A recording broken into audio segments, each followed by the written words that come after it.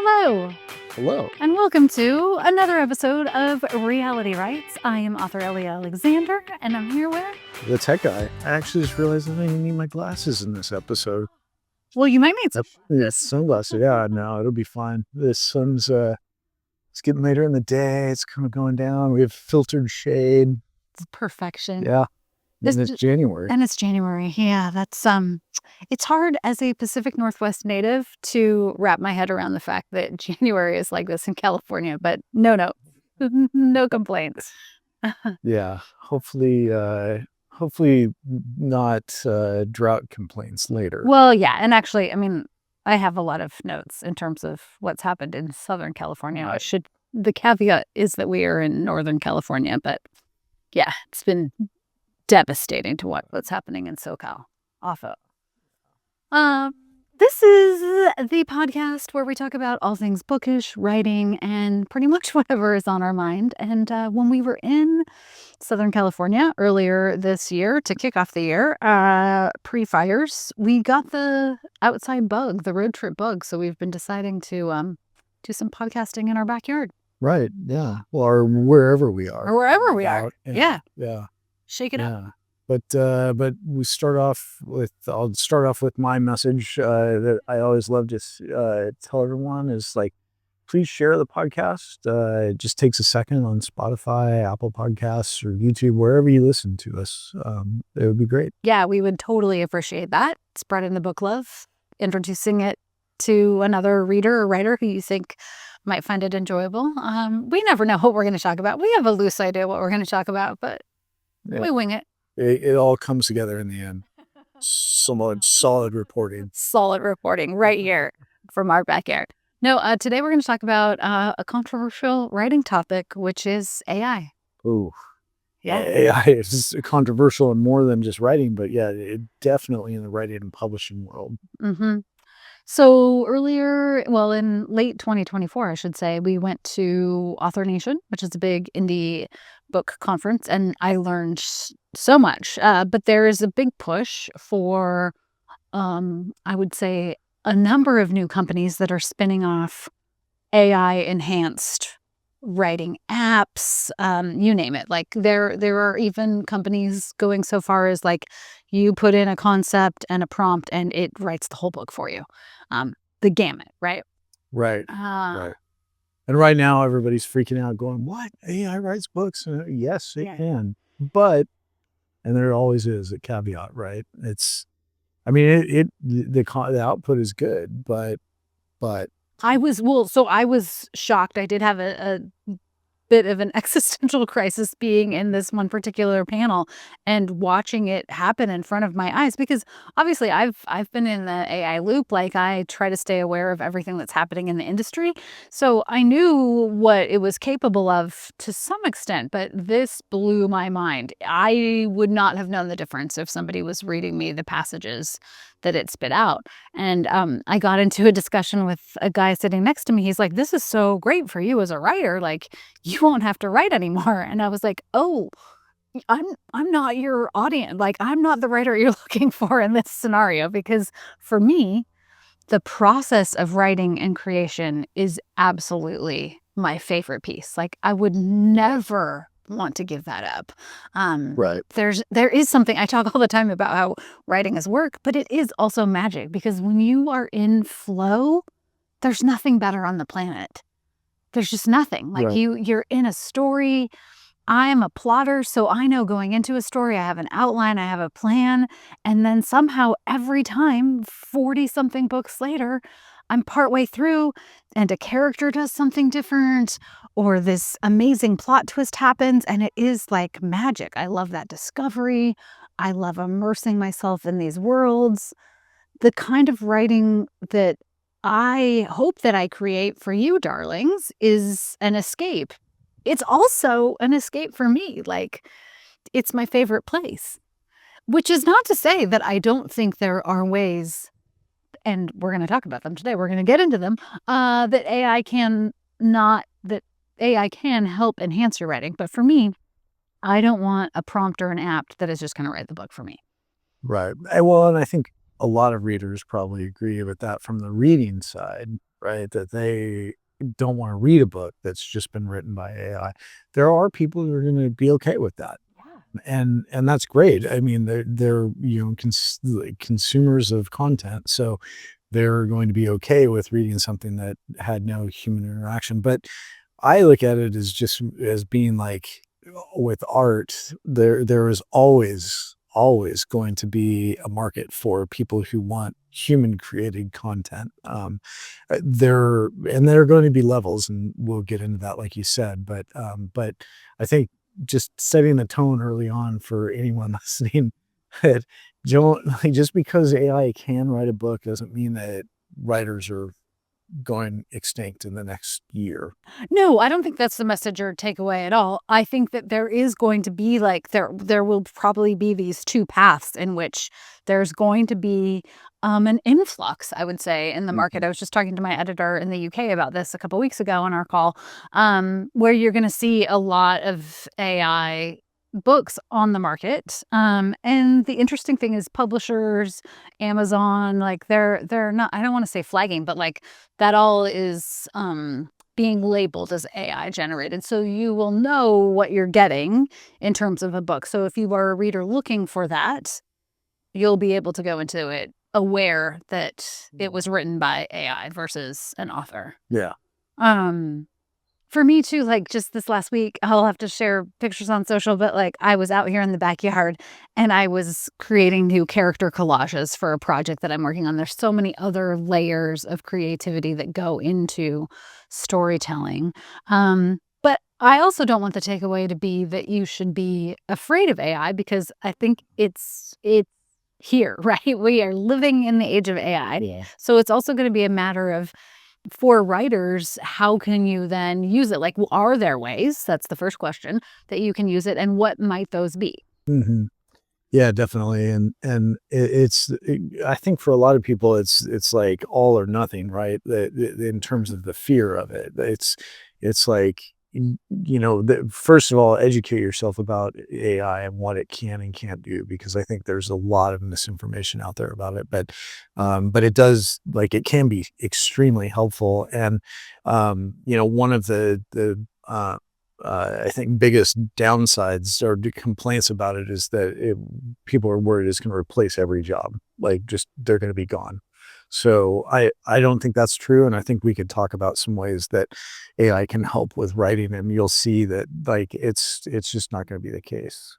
Yeah, but I do think there's potential that like as it infiltrates more and more professions, that you could be left behind if you're not utilizing it potentially too. Yeah, I mean, Another. right. That is the thing, is like AI is not going to replace everybody's job, but people who know how to use AI and who use AI to enhance their skill set or their efficiency or whatever, those people are going to replace people's jobs, because they will be able to do more.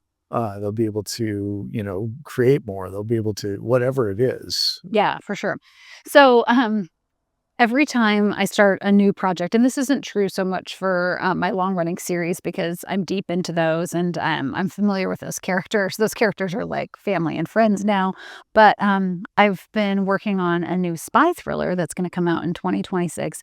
And this is a touch of a new genre, because it's sort of blending a cozy with like darker. It's darker. It's my Mission Impossible.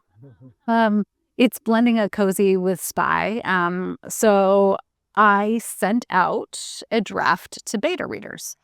And in the past, when I have received beta reader feedback, I have spent a good week combing over all of that feedback and creating spreadsheets. So, like I would go line by line and put everything into an Excel spreadsheet and try to see like what themes are coming up with readers, where are they feeling like there's more character enhancement, where's the plot dropping off, et cetera, et cetera, et cetera.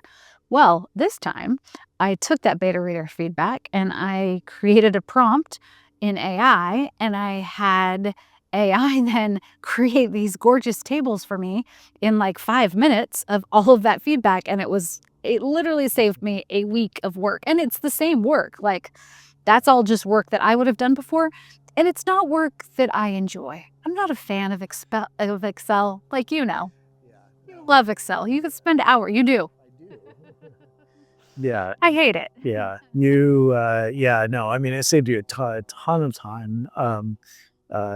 Reduce the chance of errors or missing anything. Or missing content. Yeah, because I had, 15 beta readers. So I want to make sure that I get all of that feedback and it's concise and I'm seeing those themes and patterns and everything. Yeah. Well, and then we were talking about how now that you have that content in there, you can actually use AI, in this case, ChatGPT, as a sounding board and like maybe even like a discussion partner. So you could ask it things like, what are common themes across all of the, or are there any common themes across all the feedback, and not have to go through, and you could do that yourself, of course. And I used to do that. That's what I'm saying. It would take me a week and highlighters and like But ChatGPT is just, yeah, exactly. Or like, at what point are readers saying the plot needs help? Like, yeah. And then this beautiful table with all that content that I did not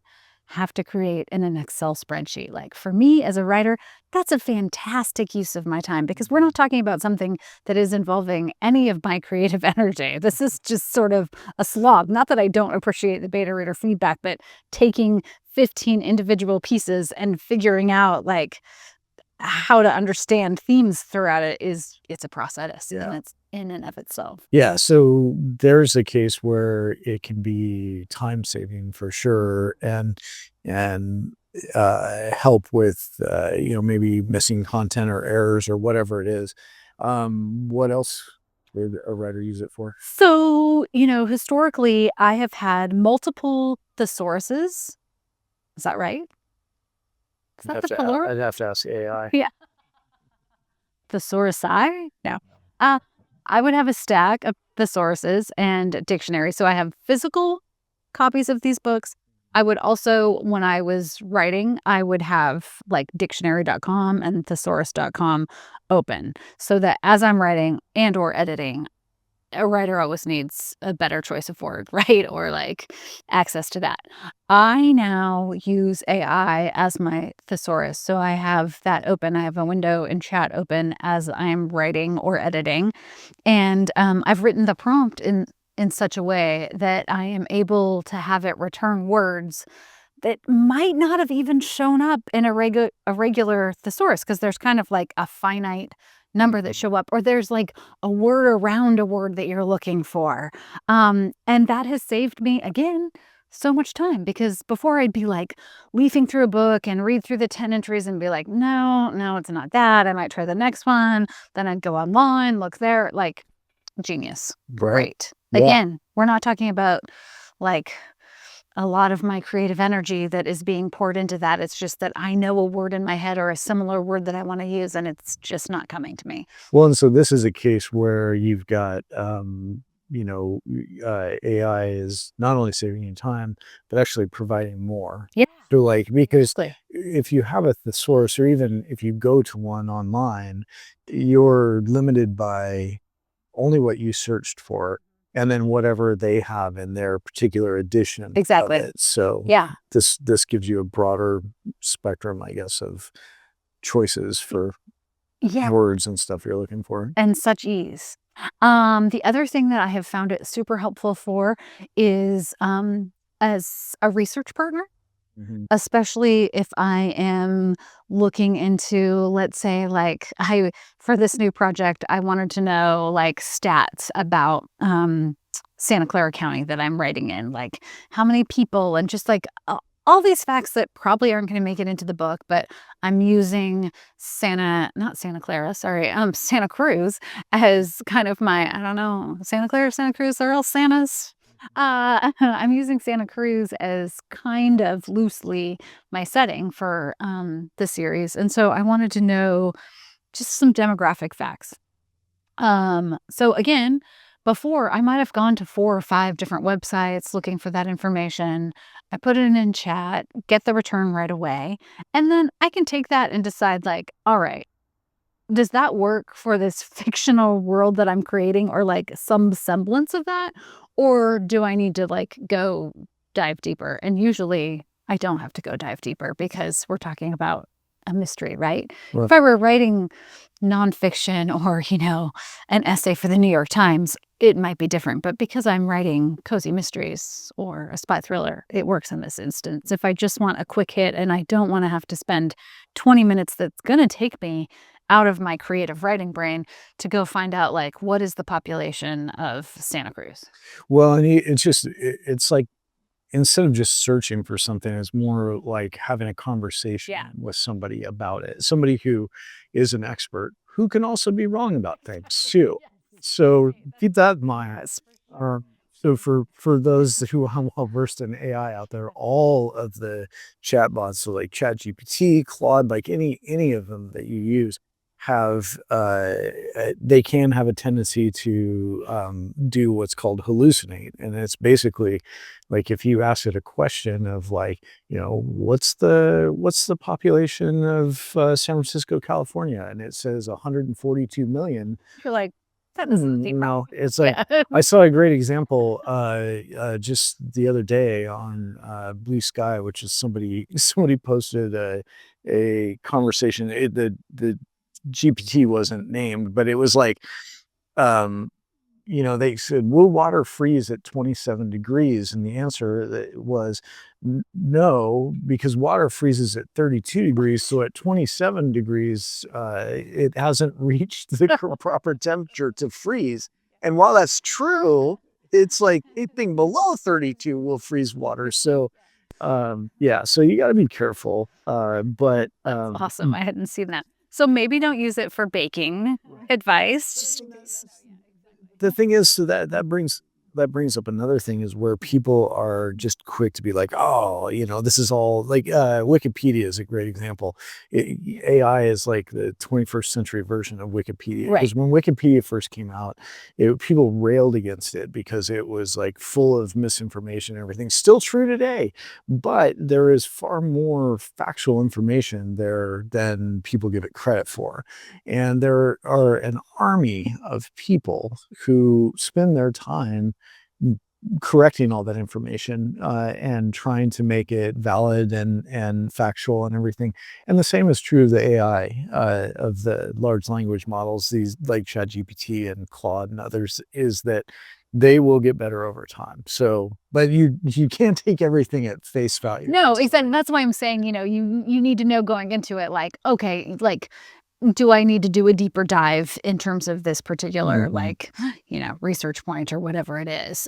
But as, a partner in that process, that's great, because one of the pitfalls sometimes that I talk about with my new writers when I'm coaching writers is that you can go down some deep, deep rabbit holes of research that really pull you out of getting that story out. Yeah, it's like too much. It's way too much information. Or you can, searching for some minuscule detail could take you an hour and a half, and you might find yourself on 15 websites.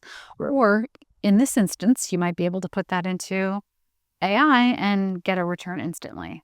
Right. And I mean, I think it's important to mention, in case it hasn't become clear yet, like, this isn't replacing your research process. No, it's It's just enhancing. enhancing Yeah. it, Yeah. because you would still visit. Well, we go to Santa Cruz all the time, but you would still visit Santa Absolutely. Cruz for the book, for the research, and to actually experience the places and stuff before writing about them.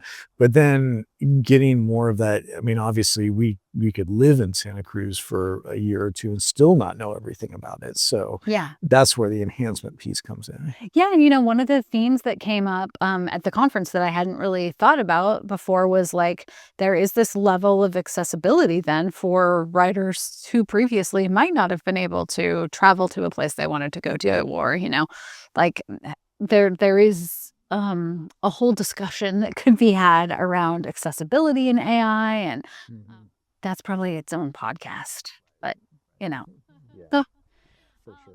it's been interesting to have conversations with my writer friends in terms of how they're using it. I have a writer friend who is putting in their entire manuscript and using it as editorial support. I have a writer friend who's using it as a brainstorming partner in the early phases of putting a story together and using it as a creative partner in that way. I mean, I think it's going to be fascinating to see how it plays out. And on that same note, I, as a writer who has been published for, 15 years now, I have a whole body of work out there, and there's real truth to the fact that, like, there are legal cases right now about AI being trained on Mhm. writers' previous works, and I don't feel good about that at all. So that's why I'm saying it's like, it's a bit of a murky issue right now, but I don't think it's going away. I think, we are reliving, we're gonna date ourselves as real Gen Xers here, but this is like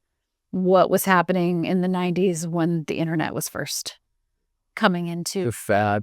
It's gonna go away, right? Yeah. Yeah, Huh. I think and this will really date me, but I think the last class I took while getting my degree in copyright and advertising was how internet advertising is this new thing, and it's kind of fun. Some of the ad agencies might dabble in it and everything, but it's not going to change anything. There's nothing there. It's the prevailing thought at the time, and like I think within 2 years it had already moved into the top 5 ad revenue generating vehicles. Yeah. Just so yeah. So the same is true of AI for And you're sure. being like, companies, publishing houses, like, they're all building out their own internal AI tools. So, again, if you are in the world of publishing, regardless of whether you're indie or traditional, like, I don't think there's escaping finding yourself bumping up against AI in any way, shape, or form in the next few years. Right, and you just have to look at it as, like, it's another tool in the toolbox, right? For writing, Yep. for anything, for creatives, for anything. I follow a lot of creatives on because of the work that I do. I follow a lot of creatives on social media, and it is interesting to see, like, because there are many creatives who are very, very worried about, Mhm. AI and what it's gonna mean for their jobs in the future, and then there are people who like you were talking about earlier, just about what AI is trained on, and like some artist friends who've had their work used without their permission, and that's not cool. But there are a tremendous number of creatives who have added it to their toolbox and use it to automate things that they used to have to do, manually. They use it to help with resizing and all sorts of steps that used to just take a lot of time. And now, because they're able to use this tool to shorten that process, they're able to create more content. And for me, that's been the exciting thing about all the AI advancements over the last 2 years. So, Yeah, and we're just, like, at the tip of the iceberg right now oh in yeah, terms of yeah, what's coming. 100%. Yeah, it is going to, like, it's going to be fun to watch. My only question to you is, are we, like, on the cusp of the robot apocalypse? Well, sir, I mean, there's two there Be well, real. that's the thing. There are two different things. There's AI and there's AGI, which is artificial general intelligence. That's the form of AI that we have now is based on large language models and graphic engines like things like Midjourney and Dolly and others. Even Canva has AI built into it now. None of that stuff can think for itself. It's all this is a whole, like, you look it up, like, just ask Google, "How do LLMs work?" Yeah. It's fascinating stuff, but it's all math. AGI, on the other hand, that's where Skynet comes into play, and that's where you do, like, we're not there yet. I don't think, I mean, who knows? Who knows? Because obviously what we're using from a consumer basis is probably at a minimum a year or 2 behind what's being developed in the lab, usually more like 5, but I just don't know anymore because things are just changing over, like, so quickly. But AGI, yeah, it can get bad. Yeah. I mean, I look at like, just everything that's been happening in the world, and, like, I could see a computer intelligence being like, No. "Yeah, these things are kind of annoying." Y You're done. Reset. Human flow. So maybe we should write that book with AI. Right. AGI. No, people shouldn't be. Yeah. But write it. I get it. So is this take it? Come on. Yeah. What I guess I do have a question though. What do you like? How would you have a conversation with a writer that would be like, I am never using AI? Well, I think you might be using AI and not know it because to your point, Grammarly, Word, like any document, unless you are physically writing by hand, all of that is built in. You can turn it off, but it's built in, and regardless of your route to publication, you're probably going to bump into it with the editorials, editing process, like all of those things. So I wouldn't force AI on a new writer at all, and I can understand the trepidation, but I do think it's trying to figure out how you can balance it and think about it as a tool and figuring out like those places in your writing process that it might be able to help and enhance. Like for me, the few examples that I've given today, it's a dream. Like I don't have to create my own Excel spreadsheet. Check. Fine. Let it enhance the things that you don't necessarily like doing, or you're not great at. as good. Yeah, exactly. So that you have time to do the stuff that you do love to do, and then also use it to make that stuff even better. Right. Yeah. Absolutely. Yeah. Mm-hmm. And it's going to be interesting to watch because I think we're going to be seeing a lot of it. So my parting question for you, darlings, is: will you or have you read an AI book yet? Oh, one that's written completely by AI. Because they are already out there. Yeah. So tell us in the comments. Report back. Actually, is more than half the content you see on social media is generated by AI too. This podcast was not, however. So share this podcast, create it with a friend or family, because we're real. Backward. Bringing you real content. Yeah, seriously. Yeah, we should wrap this podcast up, but I just did see a stat that said something like 47% right now of what we're seeing on social media is AI created, and that number is going to skyrocket in the next few years. Isn't that about 47%? 1% is probably true. Yeah, right? Yeah. In real. Yeah. Or the amount of bots that are following. I mean, yeah, that's another topic for a future episode of Reality Rights. All right. Well, with that, until next time. Until next time.